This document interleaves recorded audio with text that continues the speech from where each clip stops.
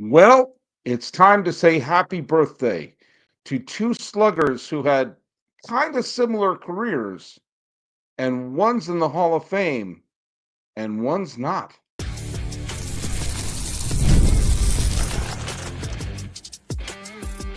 You are Locked On MLB, your daily MLB podcast, part of the Locked On Podcast Network, your team every day. Hello, baseball fans, and welcome to Locked On MLB, part of the Locked On Podcast Network, where it's your team every day. This is the daily podcast where we talk about all of Major League Baseball. I am your host, Paul Francis Sullivan.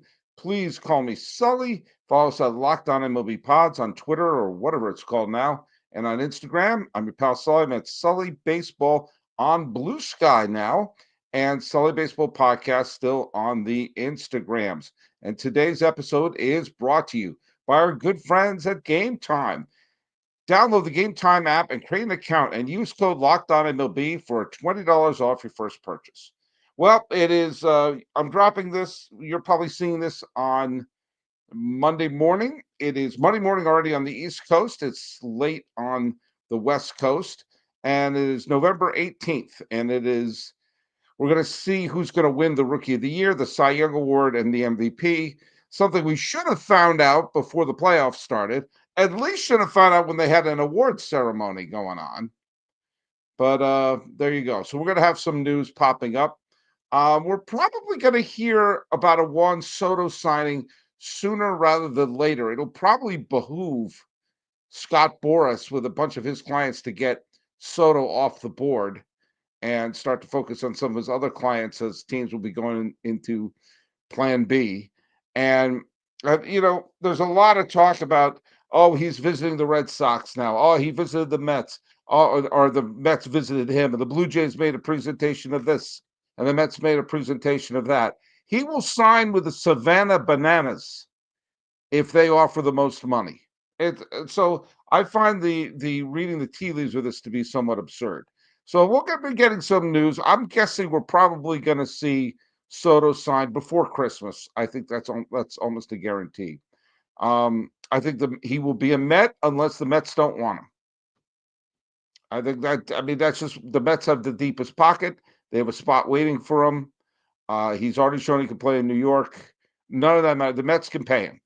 And if the Mets don't want him, then he won't be a Met. So there you go. A bunch of interesting birthdays in baseball today. Former Rockies and Brewers and Angels and Red Sox, mainly the Rockies. Dante Bichette, part of the Blake Street Bombers. C.J. Wilson, who was a two-time All-Star, who pitched with the Texas Rangers when they won those pennants at the top of the decade of the 2010s. Tom Gordon, Flash, who had many wonderful seasons as a relief pitcher, also some good seasons as a starter too, but mainly as a reliever. Pitched with the Red Sox, pitched with the Yankees, pitched with several other teams, and had a Stephen King book have reference him. It's the girl who knew Tom Gordon, the girl who talked to Tom Gordon. Either way, you have Carey, you have Cujo, and you have Tom Gordon. Jamie Moyer, who I'm not convinced stopped pitching. He's pitched for 25 seasons and wound up having a wonderful career, picking up a World Series ring for his troubles, and pitched many years with the Philadelphia Phillies, the Cubs. A classic bad trade by the Red Sox, so they traded him away. But there are two main people whose birthdays we celebrate today, and I think they're connected in a lot of different ways. Gary Sheffield and David Ortiz. Big Papi and Chef. Two people who had very long careers. Ortiz played for 20 years. Sheffield played for 22 years. Both were all-stars many times over. Ortiz 10 times, Sheffield 9 times. Both have made the transition to the broadcast world, and also Sheffield has gone into the player management world as well. They have astonishingly similar stats. Now, Sheffield was a fine defensive right fielder, and David Ortiz was a DH for the majority of his career. But if you take a look at the games, in the same ballpark, Sheffield played about 170 games more than Ortiz, and he played for 2 years longer. Um, Sheffield has scored more runs, had more hits. Ortiz had more homers, but they both hit 500 home runs. They're within 100 RBI of each other. Sheffield has many more stolen bases. Lest we forget, Sheffield stole 253 bases. Uh, Sheffield had a higher career batting average, a higher career on base percentage. Ortiz had a higher slugging percentage and a higher OPS, and their OPS plus is separated by 1. And if you're into WAR, Sheffield is almost exactly has a career WAR almost exactly 5 higher than Ortiz. So in the ballpark, very similar offensive numbers. David Ortiz got elected to the Hall of Fame in the first ballot. Gary Sheffield was on the ballot for 10 years. Never got in. He got close. In 2024, he got 63.9% of the vote, but in his first year of eligibility, he got 11% of the vote. 11% of the vote. Now, granted, that was a very crowded year where you had Randy Johnson, Pedro Martinez, John Smoltz, and Craig Biggio all get in that year, and Mike Piazza and Jeff Bagwell and Edgar Martinez were still on the ballot, as was Fred McGriff and Larry Walker and Mike Mussina. It was a very, very crowded ballot. But Sheffield never got in. And there were some years where, it wasn't quite as crowded. You couldn't say the votes were spread all over the place. In fact, if you took a look at 2022, the only player voted in by the Baseball Writers Association was Ortiz on the first ballot. If you look at the Hall of Fame, the Bill James Hall of Fame monitor, very similar. Ortiz 171, Sheffield 158. The Hall of Fame standards almost identical. Sheffield's is actually higher than Ortiz, but Sheffield 40% of the vote and Ortiz 77. And you take a look at Sheffield's career. Sheffield, throughout his career, good, solid. He didn't have that one year that was a kind of monolith in the middle of his career. His 162 game average was 32 home runs and an OPS of 907. But do you know what? He only hit 40 home runs once. So that means over 22 years, if he's averaging 32 home runs and you don't have that 50 home run, that means just consistently, year in and year out, hitting 33 home runs, 20 home runs, 27 home runs, 42 home runs, 22, 34, 43, 36. Every year, just consistent. Won a batting title one year in 1992 where he threatened for the Triple Crown. Had the highest OPS in 1996 with Florida. And he came up big a bunch of times in the postseason. If they handed out a Division Series MVP, he would have won it in 1997 when he batted 556 with an OPS over 1.7 against San Francisco. And he drove in 5 runs with an OPS of 943 in the World Series when Florida wound up beating Cleveland. He had some good postseason series, to be sure. He had some bad ones. One of his good series was 2004 against the Red Sox. He was very productive in that postseason. A couple of down years, but do you know what? He accomplished everything you would want a player to accomplish. So why is he not in the Hall of Fame? Now, Jeff Cohen says, does Sheffield play on so many teams hurt his Hall of Fame credentials? That didn't hurt Roberto Alomar. That didn't hurt Gaylord Perry. A lot of players played on a whole mess of teams. Fred McGriff, his Sheffield's old teammate, bounced around left and right. So why should that affect Sheffield? He was a tremendous hitter. He reminded me of Andre Dawson, had one of the greatest swings I ever saw. It was like a helicopter blade. But why? I mean, yes, I know he was associated with Balco. But I'm sorry, Ortiz was associated with dirty tests. And you know what's also associated with Balco? Pudge Rodriguez, who's in the Hall of Fame. And mind you, I believe David Ortiz belongs in the Hall of Fame.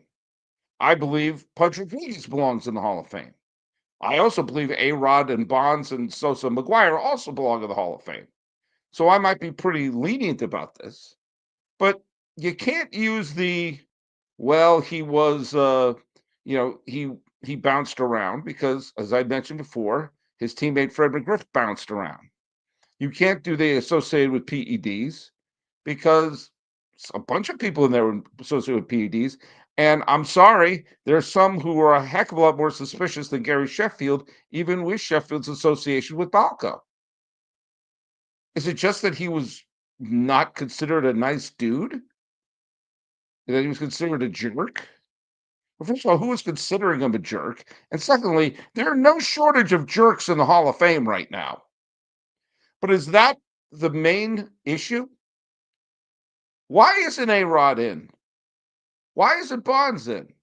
Don't give me PEDs. Ortiz is associated with PEDs. Rodriguez is associated with PEDs. You know there are some PED users in there as well. So why isn't Sheffield in? Consistent play year in and year out. Played the field, unlike Ortiz.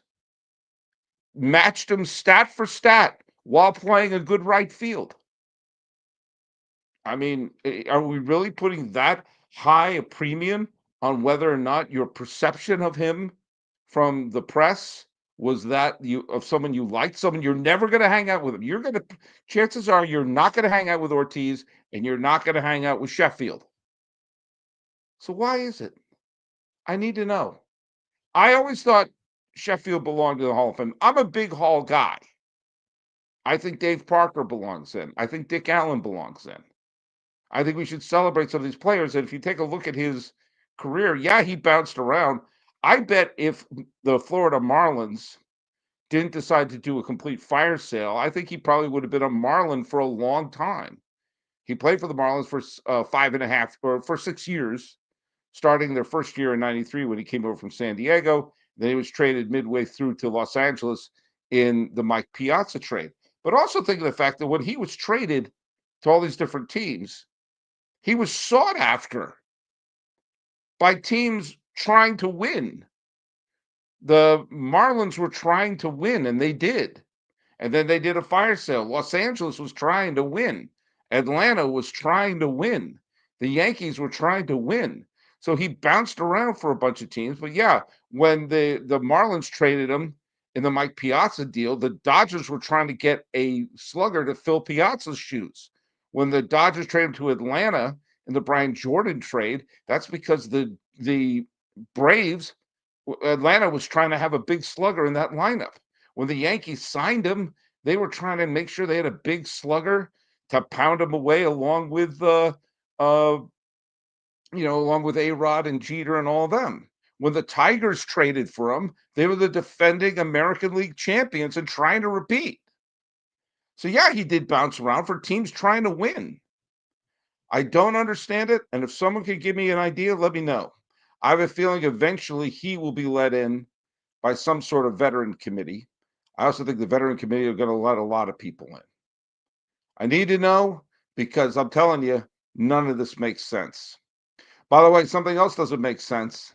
The fact that the whole stadium situation for the two teams. Oh, but Jeff Cohen's reminded me he played for the Mets. Yes, at the end of his career, he did play for the Mets. So and how proud we are of him. But some things have been set in motion, and we've been knowing that a couple of teams have needed a stadium for a while. And now it looks like not only are stadiums maybe not going to be built, teams may be homeless, and expansion and those precious expansion fees might have to wait. All right, let's hear from our friends over at FanDuel. Get ready to tackle the NFL action with FanDuel, America's #1 sportsbook. Because right now, new customers can bet $5 and get $150 in bonus bets if you win. The FanDuel Sportsbook app gives you everything you need to place live bets on the NFL all in one place. So when you get a hunch in the middle of a game, you can check out the latest stats, view live play-by-play, and so much more on the same page where you place your bets. Just visit fanduel.com to play today. You'll get started on $150 in bonus bets if you win your first $5 bet. That's fanduel.com. Never waste a hunch and make every moment more with FanDuel, an official sportsbook partner of the NFL. Made a mistake last week when I mentioned, I said Milton hit Florida in August. Obviously, I was just speaking too fast. But the top of Tropicana Field was torn off like a can of anchovies. And with that and the damage that was done to the field, it probably is going to signal the end of Tropicana Field as we know it. The amount of money that it's going to take to repair the stadium, I mean, the initial estimate was $56. According to the Tampa Bay Times, it's probably going to be a lot more than that. Now, who's going to pay for that? Well, it's probably not going to be the city of St. Petersburg, Florida, because the hurricane did a hell of a lot of damage to the city, did a hell of a lot of damage to the Tampa Bay region, and one that is basically stuff that needs to take priority over a palace for a billionaire owner and his baseball team. And look, I've been pretty consistent. I believe $0 and 0 cents of public money should be spent on a baseball stadium. Taxpayers' money should not go to that. It should go. Now, I'm not just saying because I'm a public school teacher. There are other places you can put that money that's going to a lot more good to a state, to a region, than to build a baseball stadium. If you want to say to help with the infrastructure around the stadium, train lines and public transportation, and everything like that, I'm listening. But to build the freaking stadium, it's not a public park. And if it was such a great investment, then these very rich people would be investing in it. Well, according to an article in the Tampa Bay Times, written by John Romano, there is some real danger about the Rays' existence at all in Tampa Bay because the Pinellas County Commission has a vote for the bonds deal that would to approve the bonds deal that would essentially lay the groundwork for the new stadium to be built basically next to Tropicana Field. Now, I've been pretty adamant about this. I think it's an act of madness to build a stadium next to where Tropicana Field is. For literally decades, all I've heard is the main issue about getting fans to come to Tropicana Field was they built it in the wrong place. They built it in the 80s. They didn't build the downtown stadium. Tampa Bay fans support the Tampa Bay Lightning because that's a downtown park and the team is good. The Rays have been pretty good in going to the playoffs a lot recently as well. However, the stadium's in the wrong place. That's all I've been hearing for decades. We hear they've actually have good TV ratings. There's a lot of good fans in Tampa Bay, but they're playing St. Petersburg. So naturally, you're going to build a stadium right next to it. But the fact of the matter is, there's a $1.3 billion deal that's going to require a vote for the bonds to be approved. And before Milton hit, that looked like it was going to pass. Now they're they have to delay it because money like that's got to be spent in other places, maybe even Tropicana Field. And if this is the case, and if it falls apart, the deal, not the stadium already has fallen apart, and the Rays are homeless. This is not a situation like the A's where it's a self-inflicted wound. This is not something that is their doing. They're hit by a hurricane, peeled the top of the roof off. Even God didn't like Tropicana Field. But now what's going to happen? If the new stadium's not approved and they can't go back into Tropicana Field, are they going to be just playing in a minor league park in perpetuity? There, of course, there's a similar thing happening in Oakland. Well, actually, not in Oakland, in Sacramento. I know they're not supposed to be the Sacramento A's, but as this shirt shows, If they're the A's and they're playing in Sacramento, they're the Sacramento A's because they're not in Las Vegas yet. But the whole Bally's thing is kind of tenuous. And I will believe Fisher will put his own money in when I see the check clear. Are the A's going to be playing in Sacramento in perpetuity? The whole thing of, well, they can't go back to Tropicana and the A's can't go back to Oakland, but there's nowhere for them to go in Las Vegas. And there's nowhere for them to go in St. Petersburg without a new stadium. And if Tropicana has been totaled. And it's not like this is a new event. This is not like this is something that we hadn't seen coming.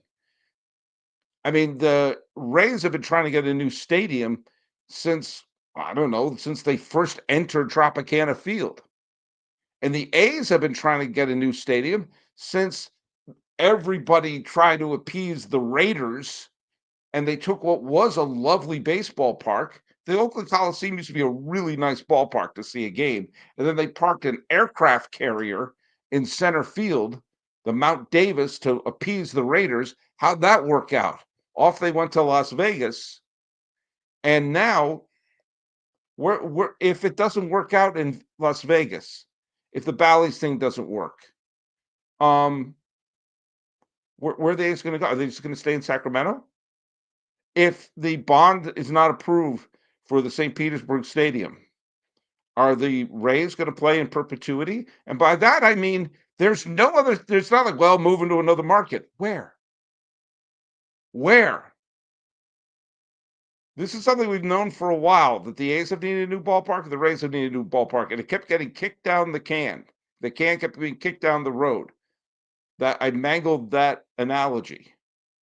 And that mixed with the stadium trend that I meant before, that I brought up the other day, and I'm going to bring up again, has put us in a situation where not only are we not going to fix the A's situations that can play in a minor league park and the Rays in a minor league park, it may delay expansion, which is just sitting there to happen. Not only are there markets that could absolutely thrive in Major League Baseball, but the expansion fees could help reach some of the delta of some of these teams who are losing television revenue. There's a real possibility that, forget seeing expansion soon. I mean, we may not see it for another decade. I've used Gametime. You should use Gametime. We all should use Gametime. I use Gametime to get my terrific tickets for Game 6 of the National League Championship Series in Los Angeles, and I'm going to use it for all sorts of tickets, maybe in Sacramento. Gametime has a new feature called Gametime Picks that makes getting tickets to see your favorite teams play live even easier. Gametime Picks filters out the fluff to show you only incredible deals on great seats, so you don't have to waste time searching through thousands of tickets. They have got all-in prices. Toggling the feature shows you the total up front with no surprise fees at checkout. And seat views, you get a panoramic view of your seat in the app before you buy. Take the guesswork out of buying tickets with Gametime Picks. Download the Gametime app, create an account, and use code LOCKEDONMLB for $20 off your first purchase. Terms apply. Again, create an account, redeem the code LOCKEDONMLB for $20 off. Download Gametime today. What time is it? What time? It's game time. You know, I was thinking about this the other day, and I looked up some stuff here. Las Vegas built a stadium for the Raiders for 2 billion tomatoes. $2 billion. And now they're trying to figure out how to build a baseball stadium. In the 1990s, Nashville and Charlotte built stadiums for the Nashville for the Titans, Charlotte for the Carolina Panthers, each for about $500 million in the mid to late 1990s. And because the trend at the time, and still is that you want a football only stadium and a baseball only stadium, that you are now seeing that some cities that could really support a team. Not that I want to move a team. I don't. I made it very clear I don't want to move any team. But if a team has to move, like the extenuating circumstances in Tampa Bay, It'd be nice if they could move somewhere, but there's nowhere for them to move. Now, if you wanted to say if you didn't want to have the cookie cutter parks of the 1970s, which I think the hatred of them is a little bit overblown. But if you wanted to say cities like Philadelphia and Pittsburgh and Cincinnati, who had the circular donuts, now have a team for the Phillies and the Eagles. There's a stadium for the Steelers right next to the stadium for the uh, Pirates. The stadium for the Bengals is right next to the stadium for the Cincinnati Reds. I think that's a little silly for the amount of money it costs to build two stadiums. That one is sitting empty while the other is filled. But that was the desire for the fan bases, and so that's what happened. But why didn't Nashville or Charlotte build a stadium of which a conversion to a baseball diamond could have been possible? Because there was no major league team in Nashville nor Charlotte. They were building a stadium for the NFL teams that initially the Titans played in. When they moved from Houston, they played in a college stadium in Memphis. Initially, the Carolina Panthers played in Clemson in a college football stadium while they were building Bank America Stadium in Charlotte and Nissan Stadium in Nashville. But what if they had done at that time hey, we got a stadium for an NFL team, and if we do this little quirk, this little trait, this little adjustment, baseball could be played there. It didn't have to be a concrete donut. You could be creative. The Louisiana Superdome could be configured for baseball. It's not a very pretty baseball stadium, but it's at least could be a temporary spot. The same thing with the Alamo Dome in San Antonio. But if Charlotte and Nashville are two of the absolute obvious places to put a baseball stadium, to put a baseball field. And if they had done that in the mid-90s, say, hey, we've got the NFL team in, hey, baseball, what about us? And to do it in a way, be creative. Figure out a way to make it so it isn't an ugly concrete donut. And you could have created an allure, if not for an expansion team, then maybe even for a team to move there. Again, I don't like franchises moving. And in a way, the fact that there are no stadiums for baseball just sitting around because college baseball isn't as popular as college football or college basketball, so it's harder for teams to move around in baseball. In some ways, that's allowed some teams that were itching to move to not have that opportunity. The Giants are still in San Francisco, even though they almost moved a bunch of times. The Mariners are still in Seattle, even though they wanted to move. The Rangers are still in Arlington. The Twins are still in Minnesota, all with great new ballparks. But they were all itching to move it. If there was a stadium just sitting there waiting for them to go, well, then we wouldn't have the San Francisco Giants or the Seattle Mariners or the Texas Rangers or the Minnesota Twins. And quite frankly, I think baseball is better with them in those spots. But we have two teams who are going to be playing in minor league baseball stadiums with no end in sight. And if you're looking to expand, where the hell are you going to expand to? What city is going to build a ballpark to lure a team? Tampa Bay did that in the mid 1980s, and it took them a decade to lure the team, and now they got to total that stadium.